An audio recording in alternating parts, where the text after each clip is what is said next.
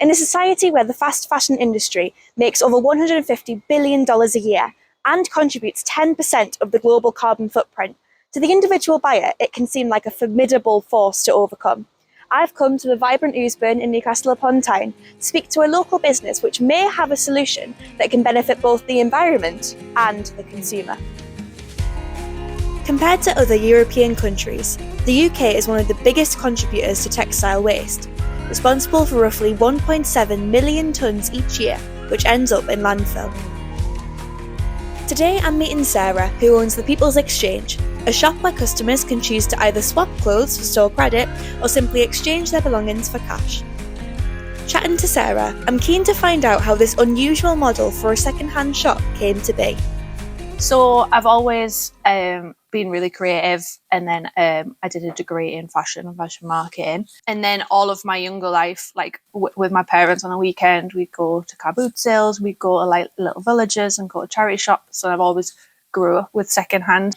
I went to America to stay with my friend, and they have a similar model over there. And I kind of walked into one of the shops and I just thought, oh my God, I've found my place. There isn't that space over here to have that cyclical thing and get something in return. We do it a little bit differently in terms of that we're appointments and we're a little bit smaller and it's a little bit more curated. It's not on like a turnover model where it's just like get things in and get them out. How does that curation system work? So everything that we get in gets tagged up from the spreadsheet, from the appointment, and it all goes straight out on the shop floor. The shop floor is curated in colour. People I tend to find subconsciously, I think, really relaxing, and people will go to the areas that they feel comfortable in. So all like the spring pastel tones are together, all the autumn warm tones are together. I like to have a really nice mix of stuff in at all times. Like the next thing on the rail could be anything, and you just don't know, and that's kind of the fun of like looking through.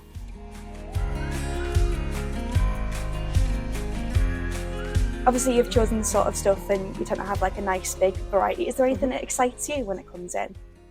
Vintage, what I would call like true archival vintage, really old pieces that like the craftsmanship and the time and the silhouette is just unbelievable, and like that what you can't get now as much with fast fashion, and if you did it would be so expensive because it would be so special. Obviously with fast fashion building up a lot in modern society, have you noticed that maybe shoppers' attitudes have changed? I think it's like anything, there's always lots of different pockets of different people that are looking for different things. You know, there's obviously the whole luxury market, and there's actually a whole thing with a lot of influencers at the moment where they're going against the luxury market because it has got so insanely premium and out of the majority of people's market now. I also think a lot more people are shopping online, and we want to be the opposite version of that, people who like to come and physically touch things and see things and try things on. I think the consumer is more savvy. Life is so expensive. You have to be more practical and you have to think of things in a more sustainable way. Even just in this little community, there's like little other places to shop secondhand. My thing when it comes to buying secondhand is, does it need to be made to supply my need? There's enough clothes on the world right now to clothe the next 6 generations of people. And yet, even though there are economic targets and conversations about manufacturing, that they aren't downgrading how much new stuff that they're making, and it isn't sustainable. Great, thank you so much for talking to me. No bother. Thanks. Hearing Sarah's story of the People's Exchange growing from this idea she had 10 years ago to now this wonderful thrifty community here is really inspiring, and it makes me feel like there is more hope for this fight against fast fashion.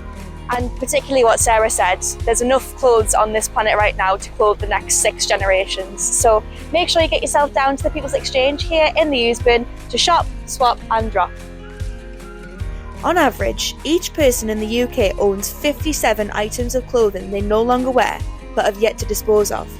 So, if you have any items you'd like to exchange, sign up to the People's Exchange mailing list via their website. Then, simply book your appointment and get swapping.